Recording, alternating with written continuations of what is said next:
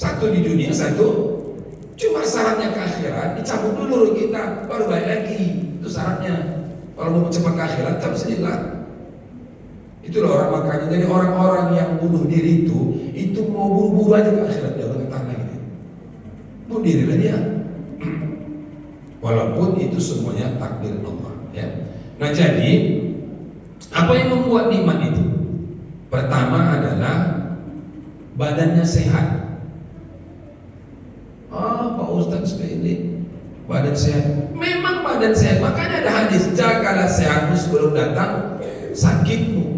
Kalau udah nanti nunggu pensiun, nunggu udah tua, mau sempurna sholatnya lagi berat, mau sempurna lagi mengajinya berat.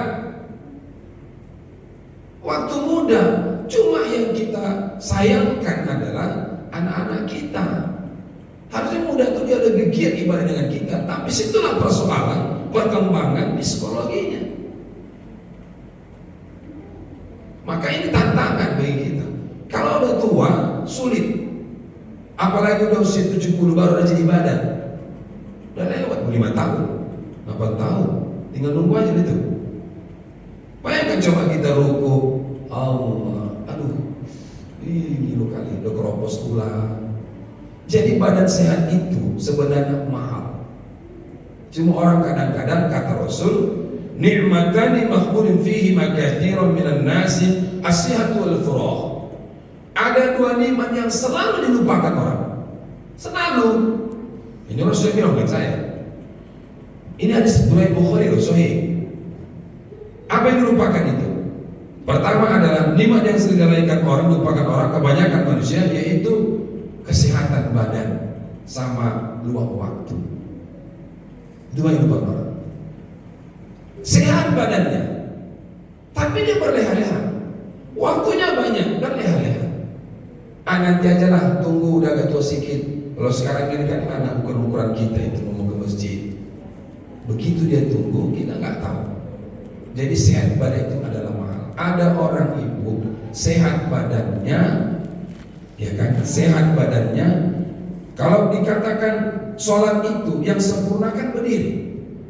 Siapa yang bisa berdiri tegak lurus? Hanya orang sehat. Beda nggak Pak Ustadz pahala? Oh alam saya nggak tahu. Tapi kurang sempurna. Siapa yang bisa tegak lurus sholat? Dari segi fikihnya, orang yang sehat. Ketika dia tidak sehat, tak bisa kamu berdiri, berarti ada yang salah di tubuhnya, berarti nggak sehat. Duduk, berarti nggak sehat. Apakah sempurna lagi sholatnya itu lagi? Allah, walaupun ada keringanan. Rukhsah itu memang keringanan secara fikih, tapi akan mengurangi.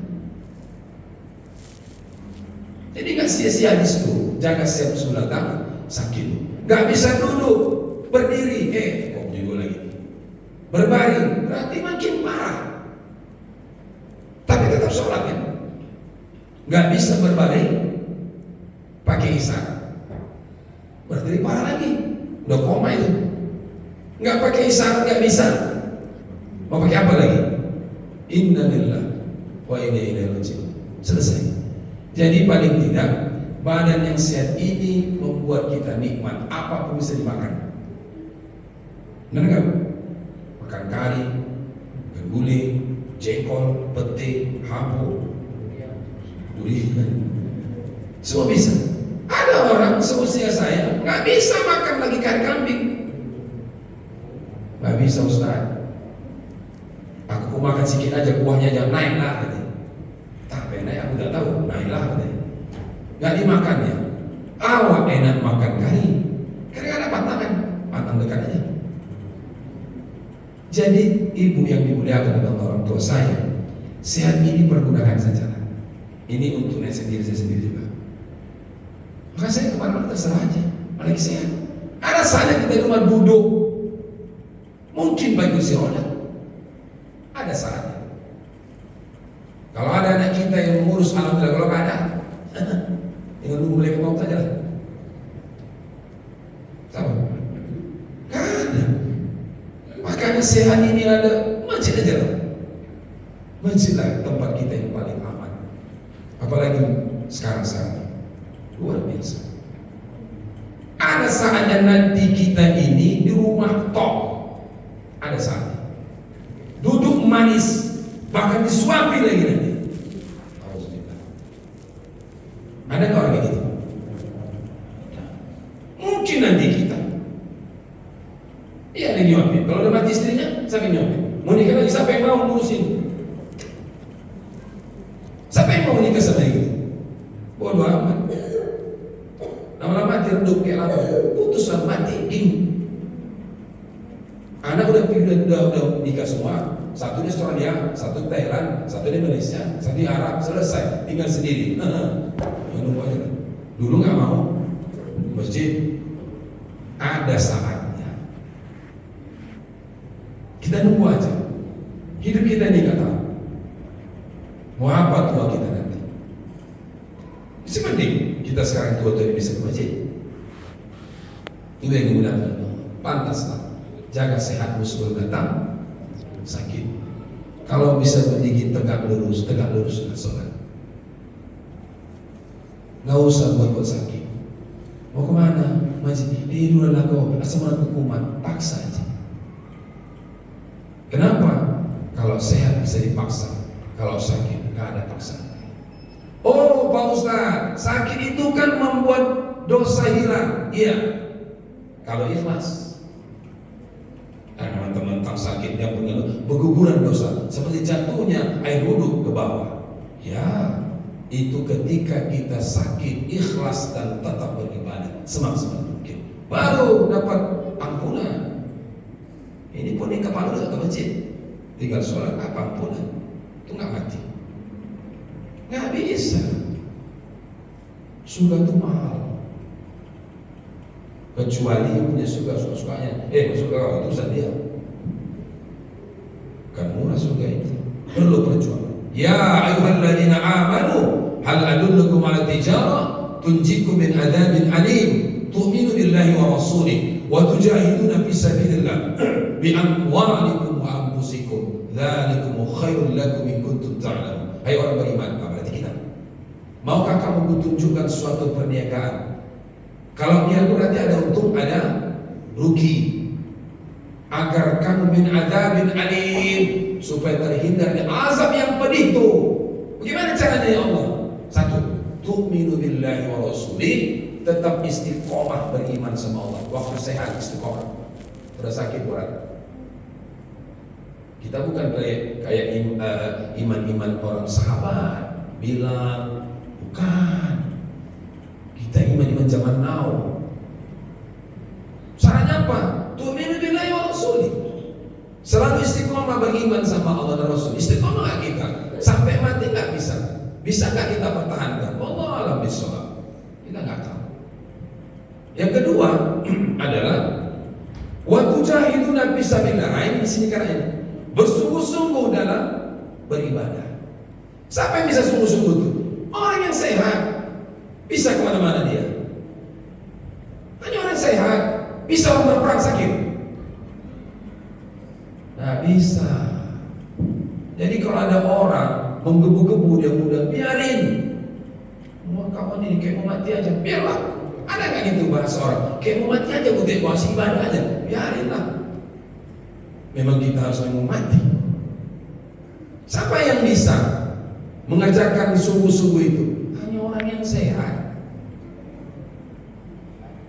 Dua, cukupkah dengan kesehatan saja? Tidak. Bi amwalikum. Pakai apa kamu sungguh-sungguhnya? Bi amwalikum. Pakai harta. Wa anfusikum. Pakai diri. Bisa orang toa kalau nggak sehat. Bisa orang sa'i kalau nggak sehat. Bisa orang. Kalau ini kalau yang dibantu lagi suruh dari cerita lagi. Bisa. Nggak bisa kalau nggak bantu. Ibadah itu capek. Capek sekali. Sangat capek. Siapa yang bisa melakukan? Orang sehat. Sehat badan, sehat hati.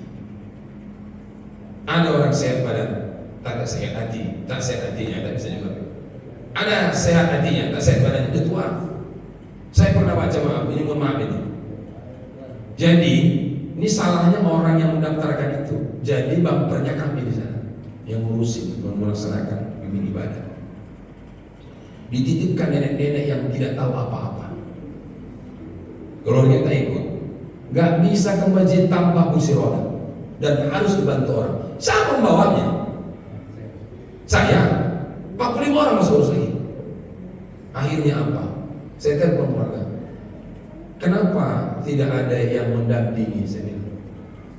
Kata yang mendaftarkan Pak Ustadz nanti diurus sama Mutoib sana. Gila ini mendaftarkan. Dapat duit dia selesai. Oh, saya Mutoibnya. Itu 45 orang saya urus.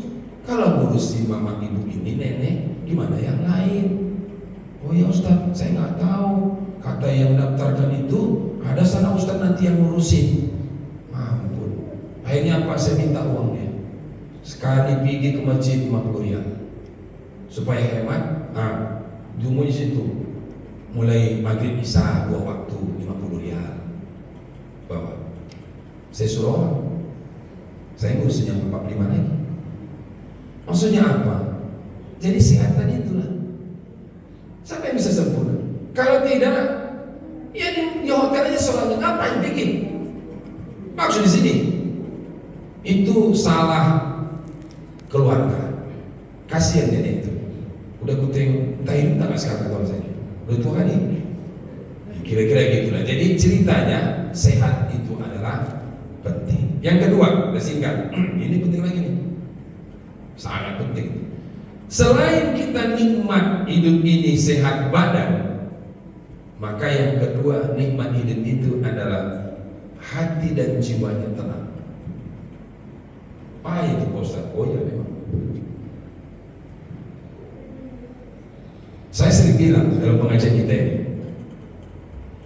nanti kalau kita mau mati balik ke Tuhan, itu yang dipanggil itu jiwa yang tenang. Bukan profesi, bukan. Apa dipanggil Allah? Ya ayyatuhan nafsul mutmain, irji'i, kembali kepada aku, kata Allah. Tapi dengan syarat jiwa mudah tenang. Kapan tenang itu? Cari saat hidup. Hai jiwa yang tenang, kembali kepada Rabbmu, kata Allah. Berarti Allah baru mati nih.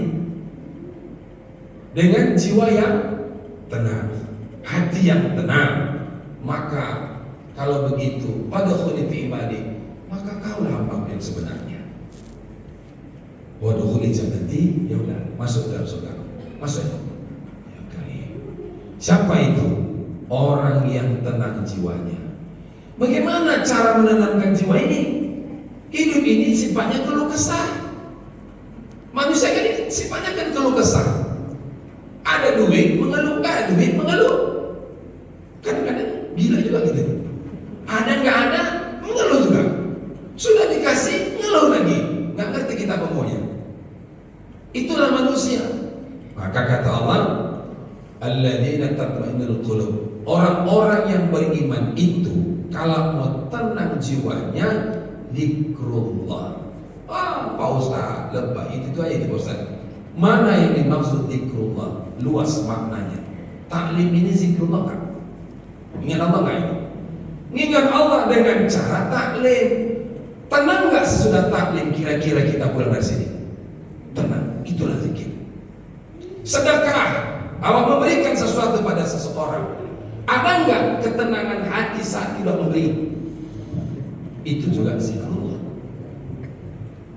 Caranya untuk ingat Allah banyak. Membaca Quran, tenang nggak jiwa setelah baca Quran? Tenang, zikrullah. Bersyukur, tenang nggak? Zikrullah. Berteman dengan orang-orang yang soleh, pilih kawanmu sekarang, nggak asal kawan sekarang, nggak boleh. Semua di kawan itu, kalau cerita, tukang gosip, nggak usah. Aku bisa ke mana-mana, ke laut itu nanti. Teman aja orang-orang soleh, yang baik-baik saja, yang jago saja. Kenapa? Nggak bisa berikan sebab. Berkawan sama orang yang menyejukkan, tenangkan. Zikrullah. Maka 4 kali mengaji sini datang ibu aja. Seminggu sekali kan? Kalau di Johor saya 2 kali. Di hari Rabu ada, Minggu ada gitu. Jadi sebanyak apapun pengajian, karena itu adalah zikrullah, menenangkan jiwa kita. Raih tenang jiwa itu. Saatnya nanti Allah panggil, ya ayyatuhan nafsul mutmainnah, termasuklah kita. Kenapa? Karena udah berusaha. Ingat Bu, saya katakan dari tadi, jangan pernah kita menunggu hasil. Itu urusan Allah. Yang kita kerjakan adalah syariat, usaha saja. Ada nggak tadi upaya kita untuk menenangkan jiwa? Ada, taklim, baca Quran, dengan orang soleh, dan kita segala macam. Itu kan upaya. Inilah dilihat oleh Allah, bukan hasil. Hasil urusan Tuhan, bukan kita. Inilah qada dan qadar tadi. Itu rukun iman. Sebenarnya syariat, tasawuf, fikih itu berkaitan semua. Itu saling menunjang. Ini udah cerita tasawuf aja dia, saya enggak lagi. Sholatnya kayak patok ayam, gila ya saya. Enggak sesuai. Ada orang tasawuf luar biasa, sholat kayak patok ayam. Apaan itu? Yang penting kan ada ingat Allah. Gila sekarang orang banyak. Sosok paten, jijik ada orang ini. Serius, sosok alim, sosok paten, apanya? Syariat, tasawuf itu harus disatukan. Gak bisa. Makanya perlu basic Pak. Berilmu apapun. Apa basic? Pesantren. Banyak orang sekarang, ustaz-ustaz juga kayak karpetan. Dari mana latar belakangnya? Udah jadi ini pengikutnya amburadul. Tidak aja itu tuh gila sekali. Hati-hati Pak. Ada orang yang sudah, kalau ada orang sudah merasa lebih hebat, itu udah salah. Allah, kok jadi gini kan? Gerang kan saya orang ini. Tapi itulah hidup. Kadang-kadang orang melihat tampilan saja. Apakah ada tampilan ini? Nggak ada apa-apa itu. Tapi yang penting adalah bagaimana kita menjalankan syariat dengan benar, menjalankan tasawufnya dengan benar. Jangan tinggi-tinggi kaji, nggak ke bawah ke laut Bapak Ibu. Wow, cerita gini-gini. Apa mau kita cari? Tafsir. Fatihah saya tafsir bisa kita amalkan. Kita buka ya. Iyyaka na'budu wa iyyaka nasta'in. Padahal punya menolong. Kadang-kadang kita minta tolong sama orang juga, nggak dikasih kecewa. Salah nggak tahu ini?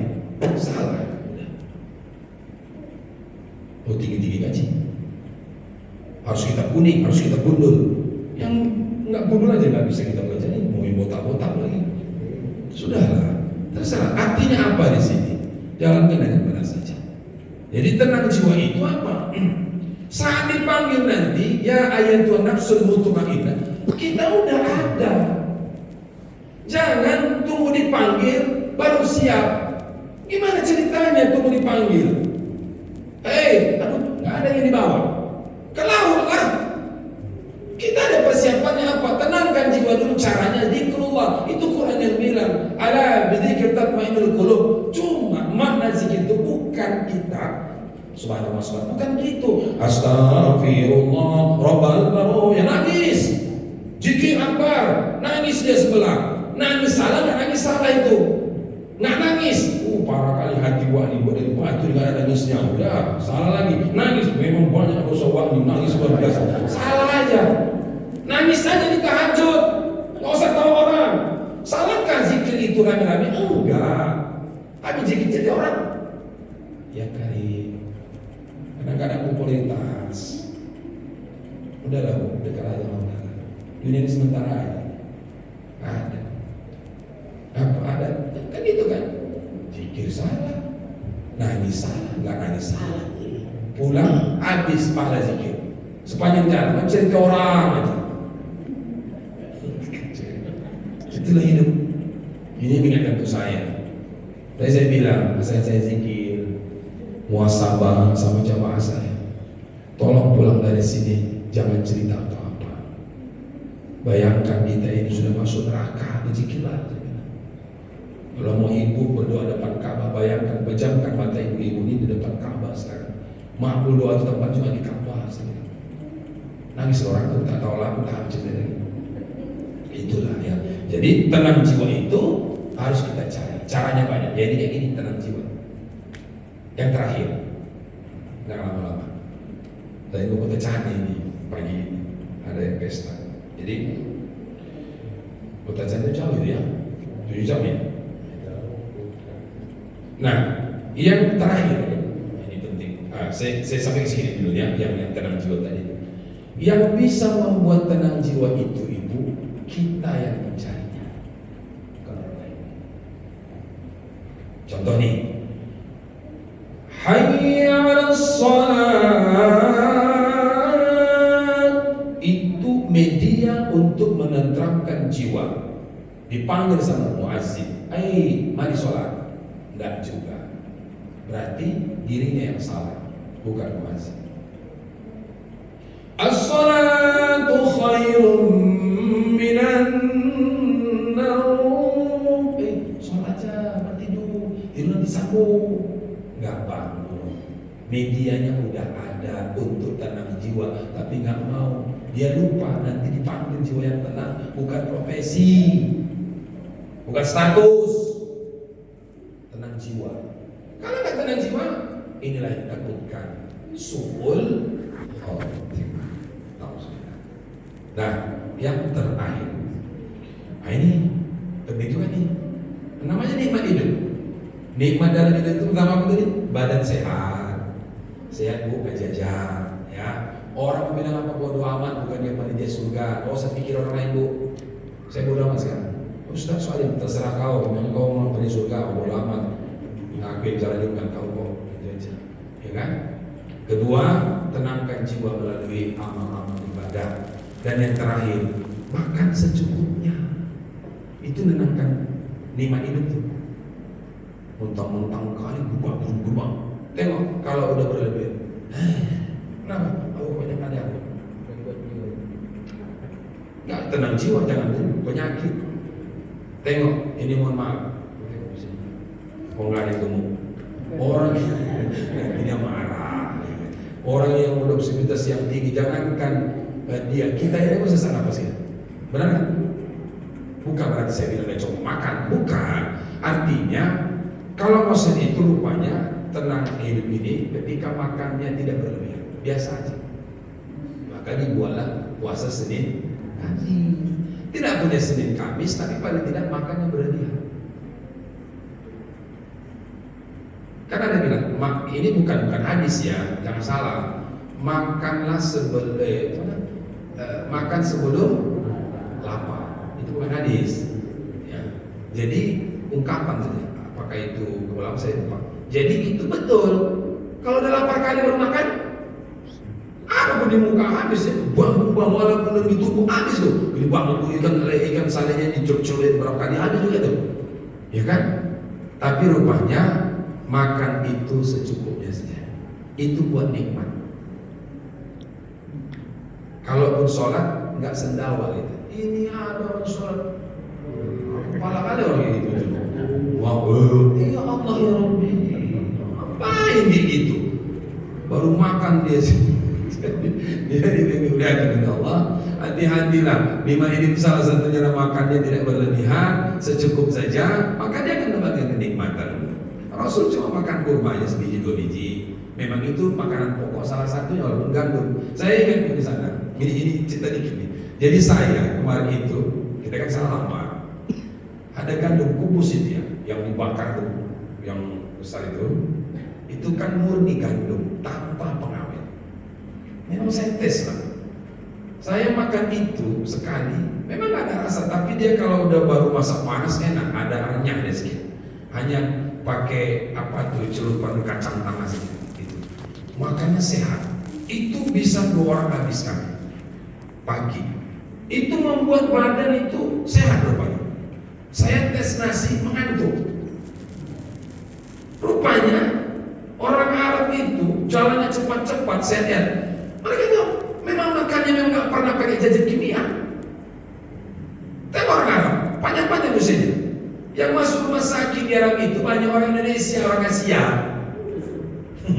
Kalau ke rumah sakit ada orang Arab, saya kita semuanya. Kan banyak sakit itu zaman umroh tuh. Jadi kenapa? Makan mereka itu memang betul-betul Islami. Apa makna Islami di situ?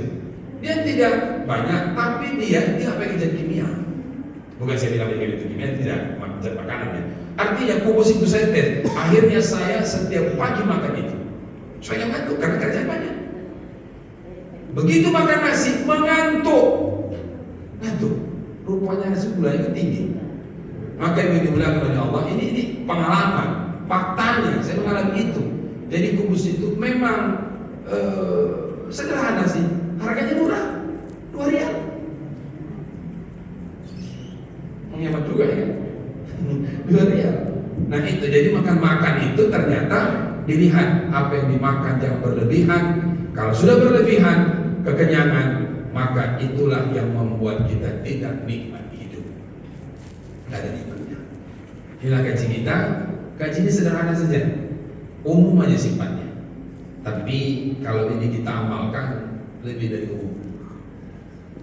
Saya bilang otak kita ini udah banyak ilmu sini nih. Mulai ustaz apa yang kita panggil? Mulai dari anak MJ kita panggil di sini. Saya tahu ini anak MJ, apa lagi? Ustaz tasawuf, Ustaz syariah, udah semua. Ustaz-ustaz itu lah. Mulai Abdul Somad, Abdul Hamid, semua udah semuanya. Itu semua. Jadi udah numpuk sini. Sekarang terpulang kita saja. Mau diamalkan tidak? Ya kan? Kalau diamalkan, kepala Ustaz itu yang nyampaikan. Nggak diamalkan, nyangkut aja situ. Nyangkut aja. Oh itu aja sih. Kalau kami ini nggak ada ibadahnya. Amalkan itu pahala, kalau enggak, ya tengok-tengok tetap masuk surga. Nggak tahu lah. Itu aja nih. Makanya kita perbanyak. Baik ini dimuliakan oleh Allah. Kesimpulannya adalah, maka carilah nikmat dalam hidup ini. Itu aja. Nikmat di akhirat nanti aja. Gak usah pikirin itu. Dunianya pikirkan dulu. Nikmat hidup di dunia ini cari aja. Allah mati posak memang mati lah. Gak usah bilang mati juga ya. Gimana caranya? Pertama adalah badan yang sehat itu pergunakan saja baik-baik. Kalau udah sakit nggak bisa lagi. Ampun dosa, alah, kalau di kepalanya udah malas sholat. Apalagi dia menangis, udahlah, nggak usah cerita lagi. Yang kedua, tenangkan jiwa. Gimana caranya? Banyak ngaji, Quran, berteman orang soleh, sedekah segala macam. Itu semuanya adalah muaranya tenangkan jiwa. Nggak tenang Pak Ustaz, tapi udah usaha. Allah tak memandang hasil, Allah memandang usaha manusia itu. Itu aja pedoman kita. Itu yang mindset kita sekarang. Jangan hasil. Iya kalau iya, dia kalau iya, ya itulah. Gak umroh ibu, alah jangan kan umroh, makan upaya, ya udahlah, mati umroh. Cepat kali berusaha. Padahal Allah itu maha segala-galanya. Betul kan? Gitu orang sekarang. Oh buru-buru. Yang terakhir adalah makanlah secukupnya. Kalau diundang kita, ini kadang-kadang pesta, semua dimakan, cenel, lupis, mie rebus, nasi. Nyumbang cuma 20.000, 10.000. Jadi udahlah. Kita nih kalau ke pesta, ada itu yang aqua gelas itu yang pakai itu diminum sedikit aja, bersisa kan?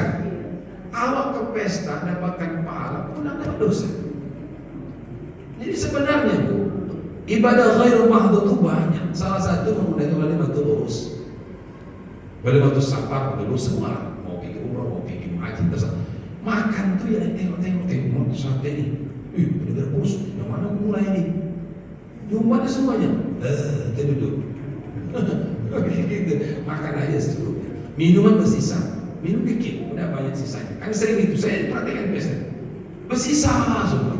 Ya kali banyak di meja itu jusnya bersisa semua, nasi sisa, sakit hati orang berdosa apa sakit hati lagi.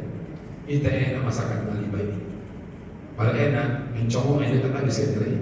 Nah kira-kira gitulah. Jadi makanlah secukupnya, itu juga membuat cara kita hidup menjadi nikmat. Inilah kaji kita Bapak Ibu yang saya muliakan. Insya Allah mungkin kita bulan depan tidak ketemu lagi untuk sementara ya Ustaz ya. Saya insya Allah 28 udah bertugas kembali membawa Kalimantan Selatan satu pesawat. Itu ya. Jadi tanggal 28 kali minggu kedua bulan 7 nih, tanggal 2 bulan 7 sorry. Bulan 7 ini tanggal 28 berarti nggak ketemu lagi di bulan 8 nya insya Allah. Jangan pecat saya Ustaz ya. Nanti saya pulang ketemu kita lagi. Ini saja kaji kita, dari kurang mohon maaf. Billahi taufiq wal hidayah. Assalamualaikum warahmatullahi wabarakatuh. Astaghfirullahalazim. Astaghfirullahalazim. Astaghfirullahalazim. Na'udzubillahi minasyaitonir rajim. Bismillahirrahmanirrahim. Alhamdulillah rabbil alamin. Wassalatu wassalamu ala asyrafil anbiya'i wal mursalin wa ala alihi wa ashabihi rasulillahi ajma'in.